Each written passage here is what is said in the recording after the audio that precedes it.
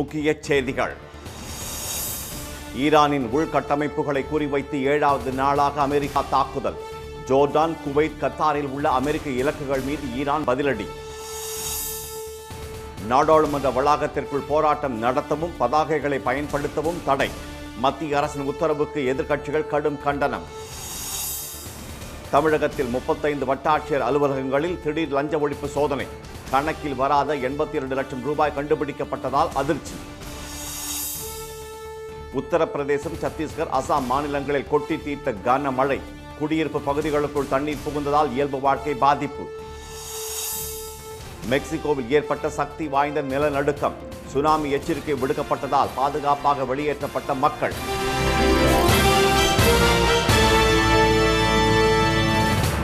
வணக்கம். வணக்கம். ஈரான் மீது தொடர்ந்து 7வது நாளாக தாக்குதலை தொடர்ந்துள்ள அமெரிக்கா அந்நாட்டின் பாலங்கள், மின் நிலையங்கள் உள்ளிட்ட முக்கிய உள்கட்டமைப்புகளை தகர்த்து வருவதால் பெரும் பதற்றம் நிலவுகிறது. ஹோர்முஸ் நீரிணை கட்டுப்பாடு விவகாரத்தில் மோதல் வெடித்ததால் தற்காலிக ஒப்பந்தத்தை முறித்துக் கொண்ட அமெரிக்காவும் ஈரானும் மீண்டும் பரஸ்பர தாக்குதல் நடத்துகின்றன. நேற்று 6வது நாளாக அமெரிக்க படைகள் ஈரானின் முக்கிய போக்குவரத்து வழித்தடங்களை குறிவைத்து வான்வழி தாக்குதலை நடத்தின. இதில் கமீர் கவுண்டி, பந்தர் கமீர் பகுதியில் உள்ள கஹுரஸ்தான் பாலம் மற்றும் கரிவே பாலம் ஆகியவை முற்றிலும் தகர்க்கப்பட்டன. இதேபோல் ராணுவ நகர்வுகளுக்கு அத்தியாவசியமாக உள்ள முக்கிய போக்குவரத்தை இணைக்கும் பந்தர் அபாஸ், ஷிராஸை இணைக்கும் பாலம், கெஷன் தீவை இணைக்கும் பாலம், தென்கிழக்கு ஈரானில் உள்ள ஐரான் ஷாகர் பாலம், ரயில் நிலையம், மின்சார கட்டமைப்புகளும் தாக்குதலில் பலத்த சேதமடைந்தன. ஹோர்முஸ் நீரிணையில் கப்பல் போக்குவரத்தை கண்காணிக்கும் ஈரானின் முக்கிய கண்காணிப்பு கோபுரத்தை தாக்கி முற்றிலும் அழித்துவிட்டதாக கூறி அமெரிக்க ராணுவத்தின் மத்திய படை வீடியோ வெளியிட்டுள்ளது. அமெரிக்க தாக்குதலில் 8 ஈரானியர்கள் கொல்லப்பட்டதோடு 20 பேர் படுகாயமடைந்தனர். இந்நிலையில் ஈரானில் மக்கள் அடர்த்தி மிகுந்த பகுதிகளில் அத்துமீறி அமெரிக்கா தாக்குதல் நடத்துவதை ஏற்றுக்கொள்ள முடியாது என ஐக்கிய நாடுகள் சபை தெரிவித்துள்ளது. இதனிடையே அமெரிக்க தாக்குதலுக்கு பதிலடியாக பஹ்ரைன், ஜோர்டான், குவைத் மற்றும் கத்தாரில் உள்ள அமெரிக்க இலக்குகள் மீது ஈரான் ஏவுகணைகள் மற்றும் ட்ரோன்களை வீசி தாக்குதல் நடத்தியது. அமெரிக்காவின் அத்துமீறல்கள் ஓயும் வரை ஹோர்முஸ் நீரிணையில் போருக்கு முந்தைய நிலைமை திரும்பாது என்றும் ஈரான் ராணுவம் எச்சரித்துள்ளது. அத்துடன் சிரியா, ஜோர்டான் எல்லையில் உள்ள அமெரிக்க ராணுவ முகாமை குறிவைத்து நடத்திய தாக்குதலில் அந்நாட்டு ராணுவ வீரர்கள் கொல்லப்பட்டதாகவும் ஈரான் கூறியுள்ளது. இரு நாடுகளும் தாக்குதலை உக்கிரத்துடன் தொடர்வதால் மேற்காசிய பிராந்தியத்தில் பதற்றம் நிலவுகிறது. இதற்கிடையே ஈரான் அரசின் ஆதரவு கொண்ட போராளி குழுவான IRI எனப்படும் இஸ்லாமிக் ரெசிஸ்டன்ஸ் இன் ஈராக் அமைப்பு ட்ரம்ப் தலைக்கு $10 மில்லியன் தொகையை பரிசாக அறிவித்துள்ளது. ஈரானிய ஜெனரல் காசிம் சுலைமானி மற்றும் ஈராக்கிய போராளி குழு தளபதி அபு மஹ்தி அல் முஹந்தீஸ் ஆகியோரை அமெரிக்கா கொன்றதற்கு பழிவாங்கும் விதமாக இந்த தொகையை அறிவித்துள்ளது. நாடாளுமன்ற வளாகத்திற்குள் போராட்டம் நடத்தவும், தர்ணா செய்யவும், பதாகைகள் பயன்படுத்தவும் மக்களவை செயலகம் தடை விதித்திருப்பது சர்ச்சையை ஏற்படுத்தியுள்ளது.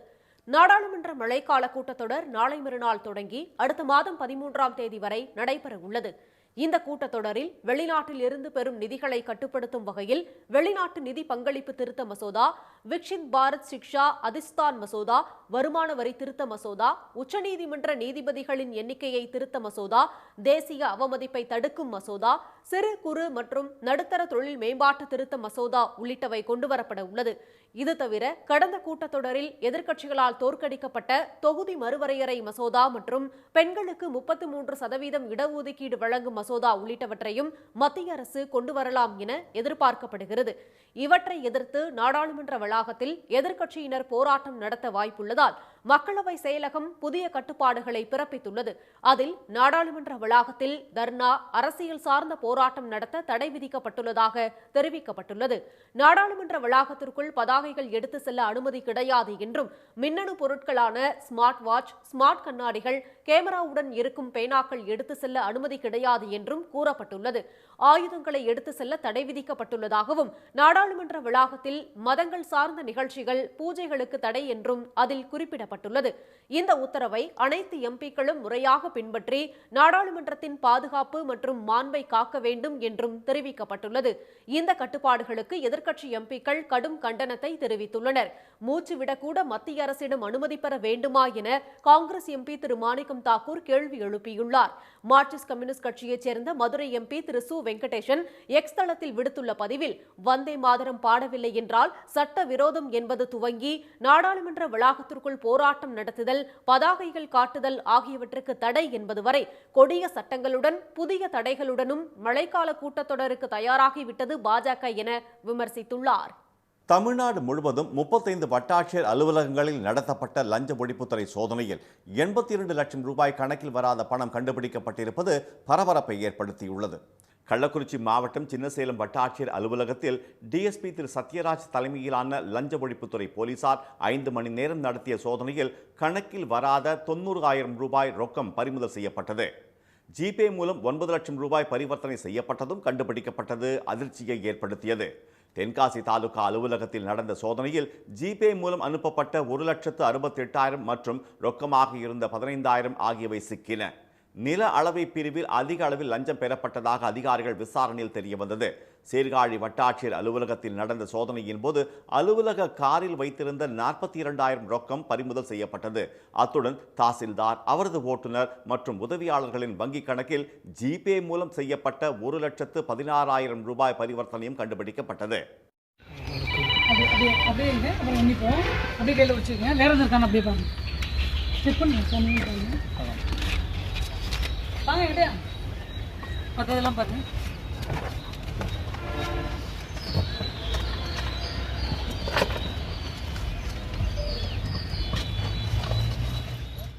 விருதுநகர் மாவட்டம் சாத்தூர் அருகே வெம்பக்கோட்டை வட்டாட்சியர் அலுவலகத்தில் நடந்த சோதனையில் கணக்கில் வராத 1,40,000 ரூபாய் பணத்தை பறிமுதல் செய்த அதிகாரிகள் வட்டாட்சியர் திருமதி ஆண்டாள் உள்ளிட்டோரிடம் விசாரணை நடத்தினர்.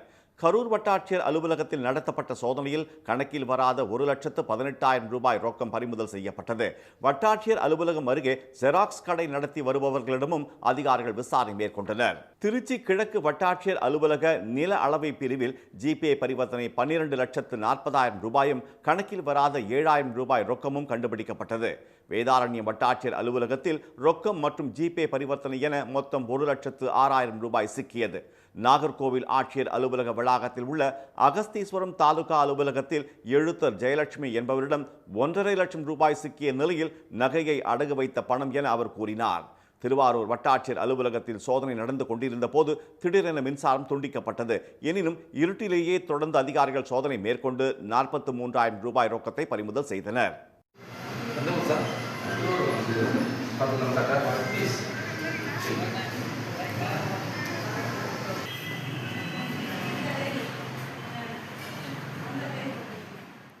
தூத்துக்குடி, ராமநாதபுரம், தேனி, திருமங்கலம், கோபி, குமாரபாளையம், சிதம்பரம், அரியலூர், திருவண்ணாமலை, வாணியம்பாடி, அரக்கோணம், திருவள்ளூர் உள்ளிட்ட பல்வேறு இடங்களிலும் வட்டாட்சியர் அலுவலகங்களில் லஞ்ச ஒழிப்பு சோதனை நடைபெற்றது. தமிழ்நாட்டில் லஞ்சத்தை ஒழித்துவிட்டதாக கரூர் நிகழ்ச்சியில் முதலமைச்சர் திரு விஜய் முழங்கிய நிலையில் 35 வட்டாட்சியர் அலுவலகங்களில் நடைபெற்ற சோதனையில் 14 லட்சம் ரூபாய் ரொக்கம் பறிமுதல் செய்யப்பட்டதுடன் கூகுள் பே மூலம் 68,32,000 ரூபாய் கணக்கில் வராத பணம் பரிவர்த்தனை செய்யப்பட்டிருப்பதும் கண்டுபிடிக்கப்பட்டிருப்பது அதிர்ச்சியை ஏற்படுத்தியுள்ளது. உத்தரப்பிரதேசம், சத்தீஸ்கர், அசாம் ஆகிய மாநிலங்களில் கொட்டி தீர்த்த கனமழையால் மக்களின் இயல்பு வாழ்க்கை பாதிக்கப்பட்டுள்ளது. சத்தீஸ்கரின் பிலாஸ்பூர் நகரில் 2வது நாளாக கொட்டிய கனமழையால் கடந்த 20 ஆண்டுகளில் இல்லாத வகையில் நகரின் அனைத்து பகுதிகளையும் வெள்ள நீர் சூழ்ந்துள்ளது.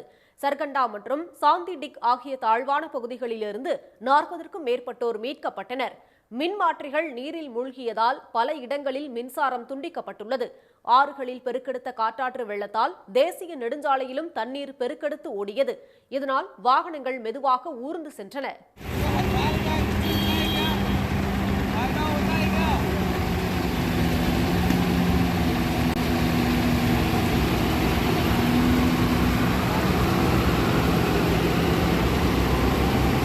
அசாம் மாநிலம் கவுகாத்தியில் வெளுத்து வாங்கிய கனமழையால் தெருக்கள், சாலைகளில் தண்ணீர் குளம் போல தேங்கியது.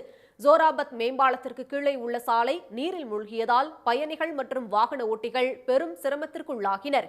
தேங்கியிருந்த மழை நீரால் நெடுஞ்சாலையின் கீழ்ப்பகுதியில் போக்குவரத்து பாதிக்கப்பட்டது. இதனால் பள்ளம் எது, மேடு எது என தெரியாமல் வாகன ஓட்டிகள் அவதிக்குள்ளாயினர். கனமழை காரணமாக மக்களின் இயல்பு வாழ்க்கை பாதிக்கப்பட்டது.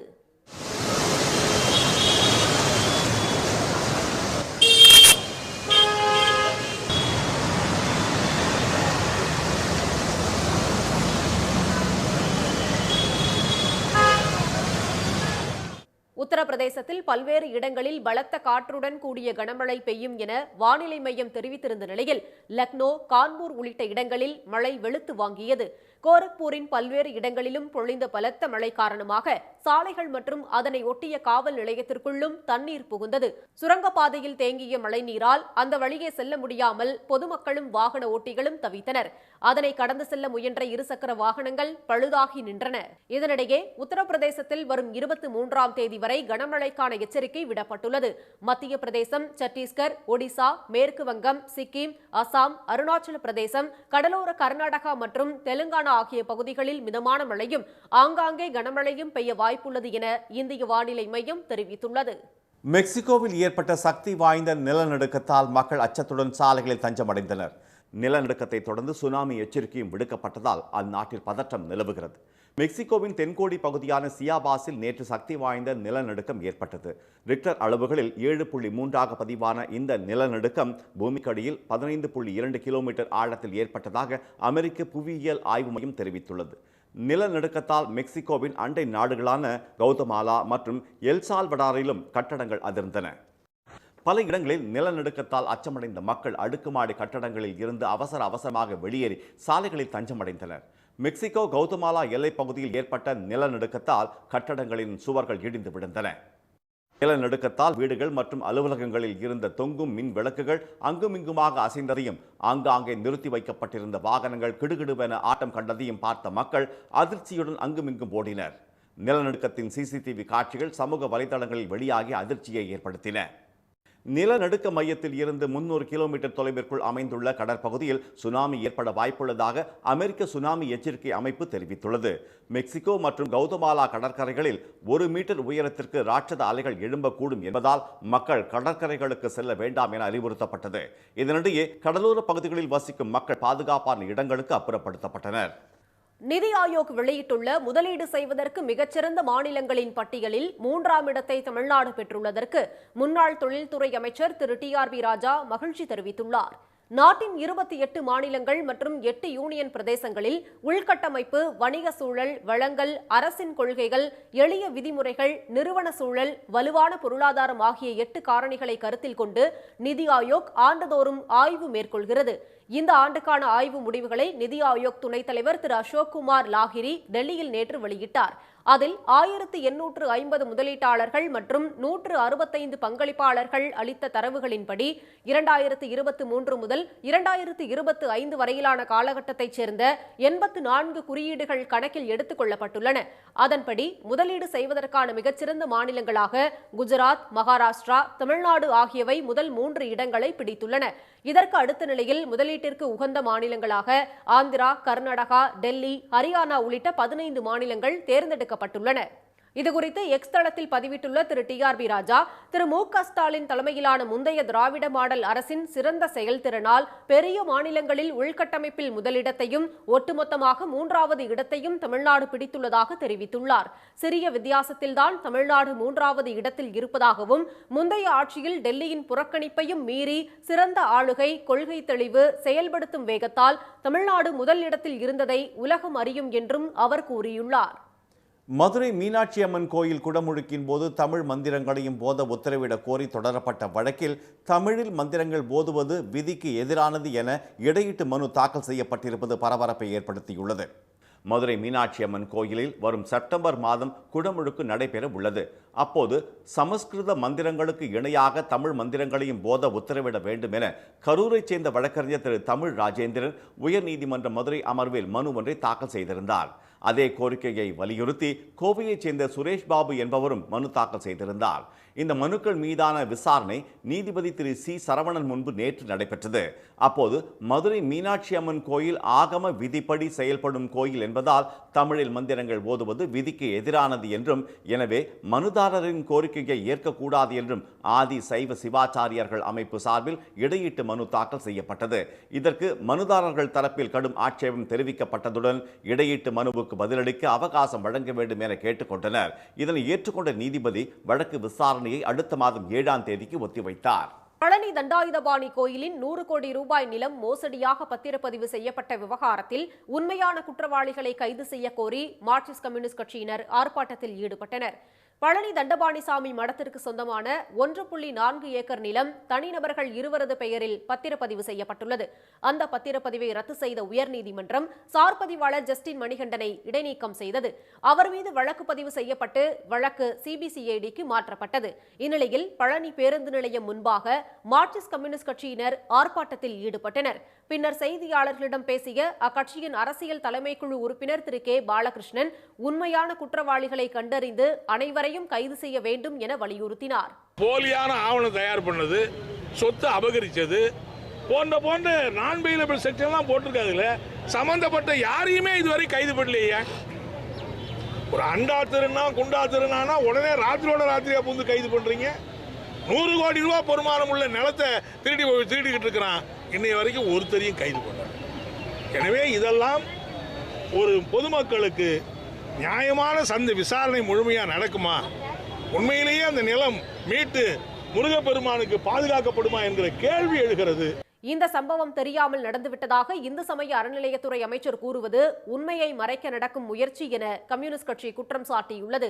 இந்த பத்திரப்பதிவை மேற்கொள்வதற்கு 30 ஆண்டுகளாக திட்டமிட்டு முயற்சிகள் மேற்கொள்ளப்பட்டுள்ளதாகவும் இதன் பின்னணியில் யார் இருந்தாலும் பாரபட்சமின்றி நடவடிக்கை எடுக்க வேண்டும் என்றும் அக்கட்சி வலியுறுத்தியுள்ளது. சென்னை திருவொற்றியூரில் மாடுகளை இறைச்சிக்காக பலியிடக்கூடாது என நள்ளிரவில் மிரட்டிய பாரத் முன்னணி நிர்வாகியை கைது செய்ய கோரி மாட்டு இறைச்சி கடை வியாபாரிகள் சாலை மறியலில் ஈடுபட்டதால் பரபரப்பு நிலவியது. வண்ணாரப்பேட்டையைச் சேர்ந்த பாரத் முன்னணி அமைப்பின் நிர்வாகி சிவாஜி என்பவர் நள்ளிரவில் மாட்டிறைச்சி வியாபாரி தாங்கல் அலிபா என்பவரின் வீட்டின் கதவை தட்டி கன்றுக்குட்டிகளை பலியிடக்கூடாது என்று மிரட்டியதாக கூறப்படுகிறது. இது குறித்து அலிபாய் தனது வாட்ஸ்அப் குழுவில் பதிவிட்டதை அடுத்து அங்கு வந்த மாட்டு இறைச்சி வியாபாரிகள் பாரத் முன்னணி நிர்வாகியுடன் வாக்குவாதத்தில் ஈடுபட்டனர். இதனால் அங்கு பதற்றமான சூழல் ஏற்பட்டது. தகவல் அறிந்து சம்பவ இடத்திற்கு சென்ற போலீசார் சிவாஜியை மீட்டு பத்திரமாக அனுப்பி வைத்தனர். இதையடுத்து திருவொற்றியூர் காவல் நிலையத்தில் புகார் அளித்த இறைச்சி வியாபாரிகள் அவரை கைது செய்ய கோரி காவல் நிலையத்தை முற்றுகையிட்டனர். போலீசாரின் சமாதான பேச்சுவார்த்தையை ஏற்காத வியாபாரிகள் சாலை மறியலில் ஈடுபட்டனர். அந்த சிஎஸ்ஆர் போட்டு அவரை இன்னைக்கு அரெஸ்ட் பண்ணியிருக்கணும். ஆனா அவர் என்ன பண்றாரு அப்படின்னு பாத்தீங்கன்னா, முகநூல்ல ஒரு பதிவை போடுறாரு. அந்த பதிவை போட்டு ஜாயின்ட் கமிஷன் ஆபீஸ்ல போயிட்டு இங்க இருக்கக்கூடிய இஸ்லாமிய சமுதாயத்து மேல மத துவேஷம் உண்டு பண்ற மாதிரியும், இங்க இருக்கக்கூடிய முஸ்லிம்கள் தீவிரவாதி மாதிரியும் ஒரு கம்ப்ளைண்ட்டை ஜேசி அலுவலகத்துல கொடுக்குறாங்க. அப்போ இந்த காவல்துறை அந்த சிவாஜி அப்படின்றவருக்கு உடந்தையா போதா? இதையடுத்து நடவடிக்கை எடுப்பதாக காவல் உதவி ஆணையர் அளித்த உறுதியை ஏற்று மாட்டிறைச்சி வியாபாரிகள் போராட்டத்தை கைவிட்டு கலைந்து சென்றனர். மதவெறியை தூண்டும் வகையில் செயல்பட்ட சிவாஜியை கைது செய்யாவிட்டால் மிகப்பெரிய அளவில் போராட்டம் நடத்தப்படும் என்றும் அவர்கள் தெரிவித்தனர். மாட்டு இறைச்சி வியாபாரிகளுக்கு ஆதரவாக மார்க்சிஸ்ட் கம்யூனிஸ்ட் மற்றும் ஜனநாயக மாதர் சங்கத்தினர் போராட்டத்தில் ஈடுபட்டனர். நள்ளிரவில் நடைபெற்ற போராட்டம் காரணமாக சிறிது நேரம் போக்குவரத்து பாதிக்கப்பட்டது. தமிழகத்தில் கடந்த சில நாட்களாக எல் நினோ பாதிப்பால் வெப்ப அலை வீசி வரும் நிலையில் 9 இடங்களில் வெயில் சதமடித்துள்ளது. அதிகபட்சமாக மதுரை விமான நிலையத்தில் 104 டிகிரி கொளுத்தியது. மதுரையில் 103, திருத்தணி, நுங்கம்பாக்கம், மீனம்பாக்கத்தில் 101 டிகிரியாகவும், திருச்சி, கடலூர், நாகை, தஞ்சையில் வெயில் 100 டிகிரியாகவும் தகித்தது. இந்நிலையில் தமிழ்நாட்டில் அடுத்த 4 நாட்களுக்கு வெப்ப அலை வீசக்கூடும் என்று சென்னை வானிலை மையம் எச்சரித்துள்ளது. மாநிலத்தின் ஒரு சில இடங்களில் வெப்பநிலை இயல்பை விட 3 டிகிரி செல்சியஸ் அதிகமாக இருக்கும் என்றும் தெரிவிக்கப்பட்டுள்ளது. இதனிடையே சென்னையில் நண்பகலில் வெயில் சுட்டெரித்த நிலையில் மாலையில் அடையாறு, பட்டினப்பாக்கம், மந்தைவெளி, கோடம்பாக்கம், வடபழனி உள்ளிட்ட நகரின் பல்வேறு இடங்களில் பரவலாக திடீரென மழை பெய்தது. இதனால் வெயிலின் வேதனையில் சிக்கி தவித்த மக்கள் ஆறுதல் அடைந்தனர். இரவிலும் விட்டு மழை பெய்ததால் பருவநிலை சட்டென மாறியது. செங்கல்பட்டு மாவட்டம் திருக்கழுக்குன்றம் மற்றும் அதன் சுற்றுவட்டார பகுதிகளில் பெய்த லேசான மழை மக்களை மகிழ்வடைய செய்தது. ஆலப்பாக்கம், மணப்பாக்கம், பரனூர், மகேந்திரா சிட்டி, சிங்கப்பெருமாள் கோவில் உள்ளிட்ட பகுதிகளிலும் மிதமான மழை பெய்ததால் குளிர்ச்சியான சூழ்நிலை நிலவியது. இதனிடையே வரும் 23ஆம் தேதி வரை மேற்கு தொடர்ச்சி மலையை ஒட்டிய மாவட்டங்களில் மிதமான மழை பெய்யக்கூடும் என வானிலை மையம் கூறியுள்ளது. சென்னையில் இன்று லேசான மழைக்கு வாய்ப்புள்ளதாக தெரிவிக்கப்பட்டுள்ளது. மீண்டும் முக்கிய செய்திகள். ஈரான் மீது தொடர்ந்து 7வது நாளாக தாக்குதலை தொடர்ந்துள்ள அமெரிக்கா அந்நாட்டின் பாலங்கள், மின் நிலையங்கள் உள்ளிட்ட முக்கிய உள்கட்டமைப்புகளை தகர்த்து வருவதால் பெரும் பதற்றம் நிலவுகிறது. நாடாளுமன்ற வளாகத்திற்குள் போராட்டம் நடத்தவும், தர்ணா செய்யவும், பதாகைகள் பயன்படுத்தவும் மக்களவை செயலகம் தடை விதித்திருப்பது சர்ச்சையை ஏற்படுத்தியுள்ளது. தமிழ்நாடு முழுவதும் 35 வட்டாட்சியர் அலுவலகங்களில் நடத்தப்பட்ட லஞ்ச ஒழிப்புத்துறை சோதனையில் 82 லட்சம் ரூபாய் கணக்கில் வராத பணம் கண்டுபிடிக்கப்பட்டிருப்பது பரபரப்பை ஏற்படுத்தியுள்ளது. இத்துடன் இன்றைய காலை செய்திகள் நிறைவடைந்தன. மீண்டும் சன் டிவியில் செய்திகள் மாலை 6 மணிக்கு. செய்திகளை உடனுக்குடன் தெரிந்து கொள்ள QR கோடை ஸ்கேன் செய்து சன் நியூஸ் வாட்ஸ்அப் சேனலோடு இணைந்திருங்கள். வணக்கம். வணக்கம்.